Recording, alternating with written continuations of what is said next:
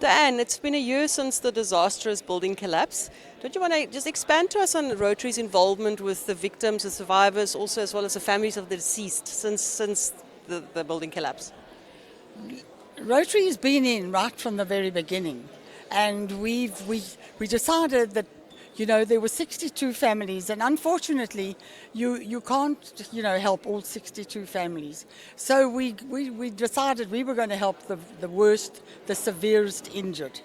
So that is what we did, and we raised money. We raised money from many other Rotary clubs and also from the public, and we literally then went out and said, right, we help these people financially every month, right from June until January.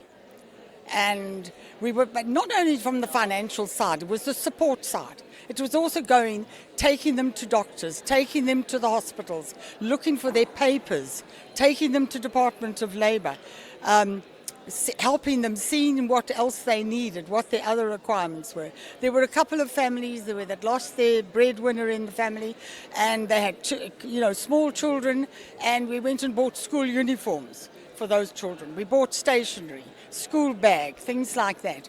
So, one takes for granted all of these things. But when you suddenly lose your breadwinner in your family, how do you survive? There are 30 days in the month.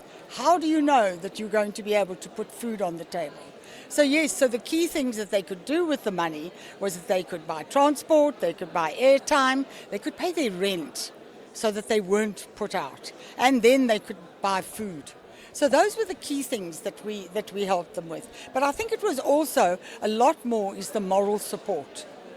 We helped them with that. We also helped them in some ways with trauma counselling and those kind of things. So each individual person we would go and see and go and talk to and go and find out what are your most urgent needs? What is the things that you really require that is going to help you? With the two severes, the worst injured, Ivaldo and Shadrach, they needed prostheses, they needed wheelchairs.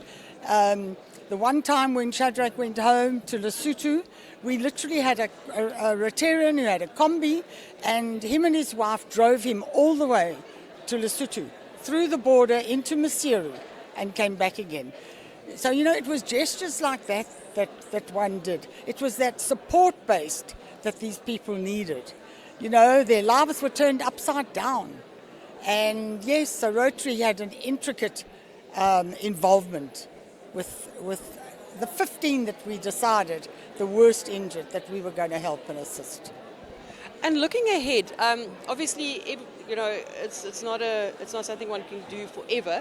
Are there, if someone were to come in and do some skills development, perhaps to set them up to look after themselves going forward, what would we look at there? Okay, look, yes, we've also embarked on things like that. We've also gone into that. We actually took one of them to Africa Skills, and we spoke with them there. They spoke with the management, and we kind of took them on a walk around. But you know what? When you've been in a building collapse, and thank God I haven't, but you can just imagine, they don't want anything to do with building. They can't, and they can't go that venture again.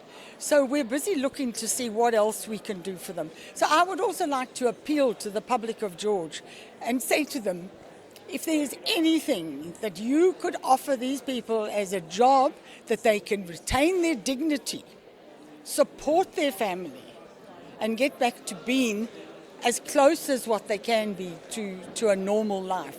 So really and truthfully, they're all looking for work. They're looking to get back into society. So if anybody in George has a position, has an opportunity, has something like that, we would, honestly and truthfully, you will open the doors fabulously all over again. It might be worth mentioning that some of the victims we spoke to said that the one wants to go back to school to learn IT, the other one wants to start a business as soon as he gets paid out. So that might be things that the public might be able to assist with in some sort of way. Absolutely. So if that kind of can be known to the public or put into an article or something like that. And you know what? The public are amazing too, because if they find an opportunity and they're thinking about it, they would very fabulously contact you and say, okay, right, who can we get in touch with? And that will be really, that's the stage that the guys are at. They desperately need to get back into society. They do. One last thing that I did pick up in my interviews as well is some of them are battling with symptoms of PTSD still. They've had some counseling, but they're still battling with nightmares, intrusive thoughts, anger outbursts for no reason at all. And I know our mental health system is quite strained. Any thoughts on where those people can go? Funnily enough, there too, we actually received a WhatsApp from a lady in one of the estates here that said she is volunteering to help and to do that kind of thing.